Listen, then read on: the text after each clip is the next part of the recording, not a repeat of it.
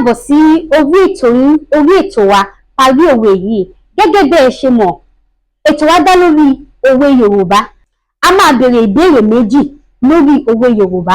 Ẹni tó bá parí òwe méjèèjì yìí tó sì gba ìdáhùn rẹ̀ dáadáa, ó ní àǹfààní sí ẹ̀bùn wa ẹgbẹ̀rún 5, ìyẹn tó lóyìnbó mọ̀ sí 5,000 naira. Òwe mi àkọ́kọ́, ẹ parí ẹ̀.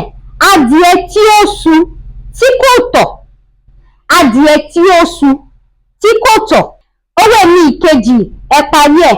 Àgbà ló tó wò lọ. Àgbà ló tó òwò lọ. Ẹ fi ìdáhùn yìí sí apá àkọsílẹ̀. Drop your answer in the comment section. Ibẹ̀ ni máa ti mú ẹni tó yege tó sì gba ìdáhùn mi dáadáa tó ní ẹ̀tọ́ sí ẹgbẹ̀rún 5 wa, ìyẹn 5,000 naira. Orúkọ tèmi ni Omidan Olúwanífẹ̀mí Bọ́lájí tí a mọ̀ sí Amọ́lẹ́sẹ̀. Láti máa gbádùn ètò wa, mo bẹ̀ yín ìyá mi, ẹ̀yin bàbá mi, ẹ̀yin ẹ̀gbọ́n mi àtẹ̀yin olólùfẹ́ wa pátá wípé kẹ́ ẹ jọ̀wọ́ kẹ́ ẹ subscribe sí Amọ́lẹ́sẹ̀ YouTube channel, kẹ́ ẹ dẹ̀ follow gbogbo social media wa. Ojú tẹ́ fi wò mí ò ní fọ́, bẹ́ẹ̀ ni etí tẹ́ fi ń gbọ́ mi ò ní di. Ẹ jẹ́ ká gbé àṣà wa lárugẹ. Remember, our culture is our heritage. Thank you.